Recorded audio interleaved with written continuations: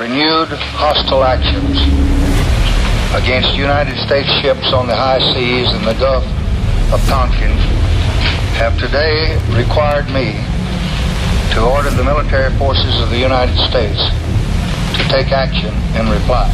Dr. Martin Luther King, the apostle of nonviolence in the civil rights movement, has been shot to death in Memphis, Tennessee. Senator Kennedy has been shot. Is that possible? He still has the gun. The gun is pointed at me right at this moment. Take a hold of his thumb and break it if you have to. We were we had an explosion and we are defending and we agree. Let's try our best. People calling themselves members of the Weather Underground last night planted bombs in federal office buildings in Washington and Oakland, California. They took the babies out of the incubators and left the children to die on the cold floor. Survivors of the USS Liberty are demanding a congressional investigation into what happened, an acknowledgement that the Israeli Air Force bombed a U.S. intelligence Navy ship. The death of bin Laden marks the most significant achievement to date in our nation's effort to defeat al-Qaeda. The Taliban is taking responsibility for shooting down a U.S. helicopter. More than 30 people were killed, and there are reports this morning that most of them are U.S. Navy SEALs. There may be a false flag incident where some ship goes down and you be used for the excuse to accelerate the next war. If there's one thing that has unified Democrats and Republicans, and everybody in between, it's that we all hated the bank bailout. The Department of Homeland Security is apparently on a huge ammo buying spree. It comes out to like 1.6 billion rounds of ammunition. Today, it is infinitely easier to kill 1 million people than to control 1 million people. They estimated that they would have to eliminate 25 million people in these re-education centers. And when I say eliminate, I mean kill. I'm here to warn people. You keep telling me to shut up. This isn't a game. From the front lines of the information war, it's Alex Jones.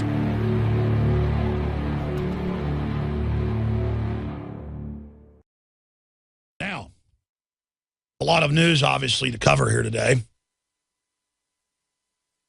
Let me just try to read some of these headlines. It's this: the dam is breaking, and that's why they're going to start wars and implode the economy and do everything else, because Hollywood is falling. Los Angeles is falling. On record, the mayor's declared an emergency. And the mass hypnotism, the mass imprinting. If you're there when baby ducks are born, my dad was. I forget the whole story. I think one of the wild ducks got run over in the road, flew into something. I forget. My dad had these duck eggs. Tells the story. And so when they hatched out, the ducks thought that he was their mama. They imprinted on him. And then generations of, I think they were whispering ducks, they said, until there were hundreds of them. And then they actually loaded them up and shipped them off to a big lake nearby. But then the ducks, some of them actually came back. The ducks would follow my dad around. And then the parents taught them that he was the leader of the ducks. And then finally, there was like 100 of them or something. It was duck crap everywhere. They had to get rid of the ducks. They didn't kill them, though. But they shipped them to a nearby lake. But see, that's okay if a duck imprints on a nice person. Our women, especially, are imprinting on television and those messages.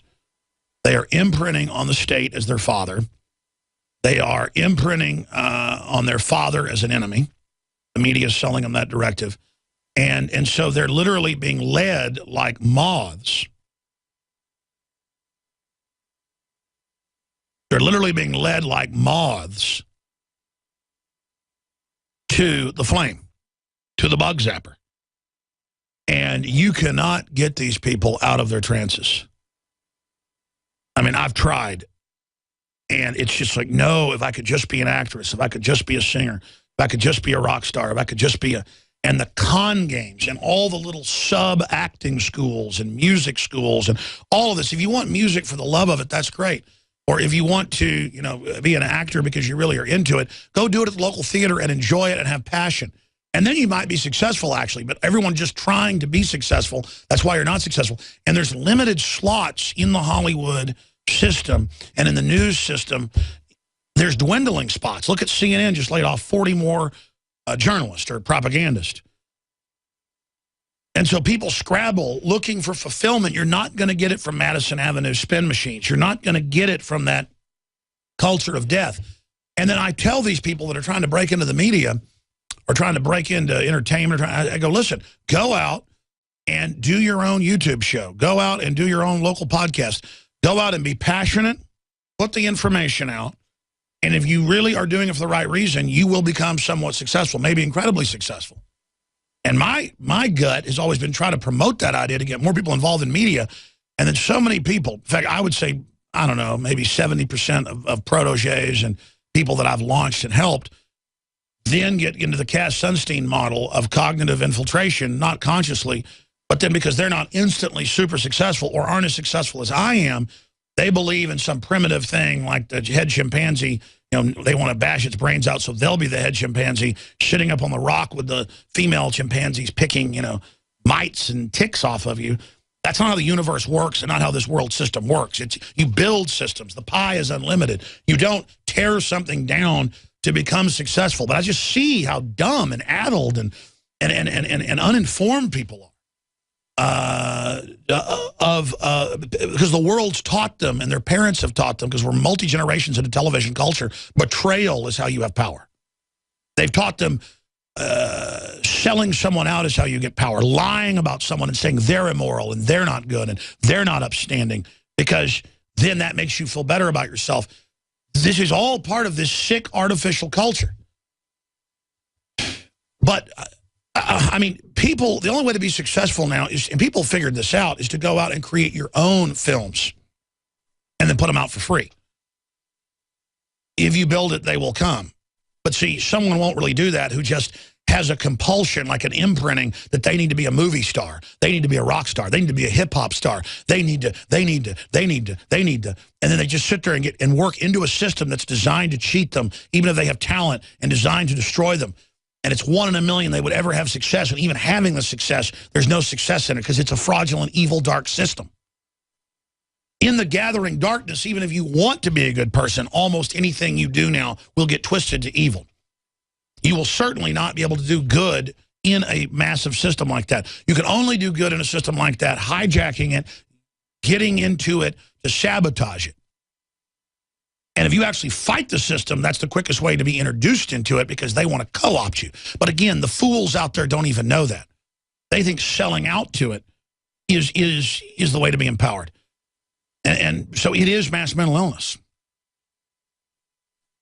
People don't dream of being a father or a mother or a great farmer or a great painter because they love painting now. It's because they're going to have value. They're going to be somebody. They're going to be successful. They're going to be fulfilled. They're looking for something when all you got to do is look into your heart and look up at the stars and look into a river and look into the trees and look at a little bird outside your window.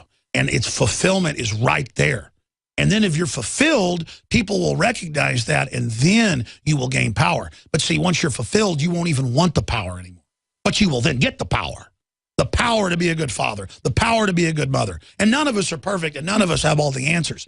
I'm just simply trying to explain to you that the establishment is not going to help you and does not want to help you. The system is evil and wants to sabotage you and hurt you, because if you're a free, empowered, healthy person, you won't conform to the system they're creating.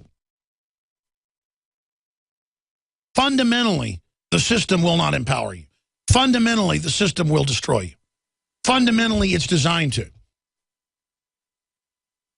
And I don't mean to just get up here and preach today, but I tend to, when I'm real tired, to just kind of go off into these tangents. But we got several big guests coming up. Former Congressman Bob Barr on the NSA, TSA, latest on Obama becoming a unitary executive. That's a fancy term for dictator. And where all of that is going. And a board declares NSA data sweep illegal.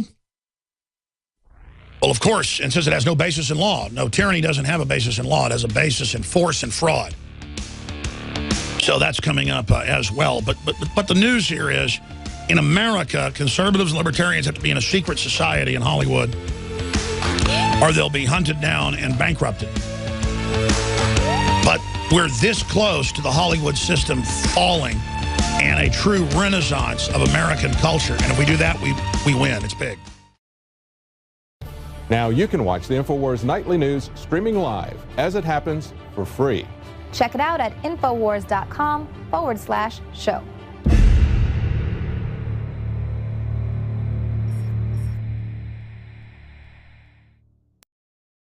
Harvard professor warns of devastating China-Japan war.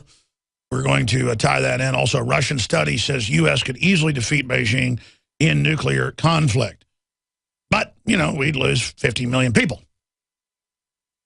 Not saying we wouldn't get our hair messed up. Quote, George C. Scott playing one of the generals in Dr. Strangelove.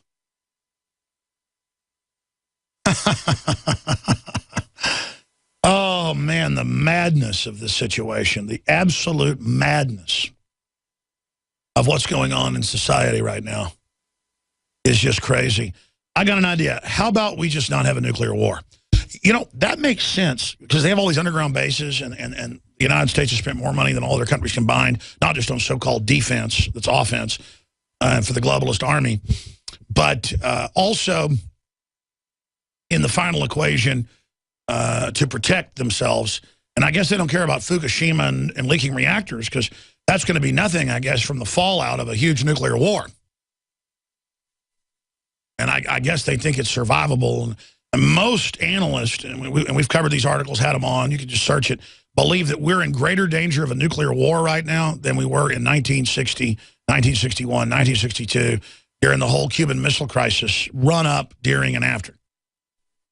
When the United States was covertly putting nuclear weapons in Turkey, so the Russians would put them in Cuba. And again, it isn't like I'm saying the U.S. was the bad guy there. It's all establishments. It's the Russians were definitely the bad guys then.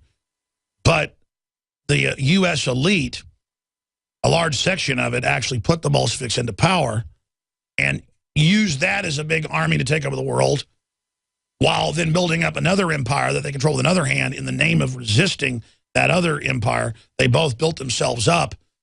It's almost like the arch, how you take two pillars and lean them together, and then they support each other. And that's how you can take two tyrannies. Or if you create a tyranny, you can then create a system to respond to it. For every action, there's an equal and opposite reaction. You know that's going to happen. And then you can steer and ride that new beast.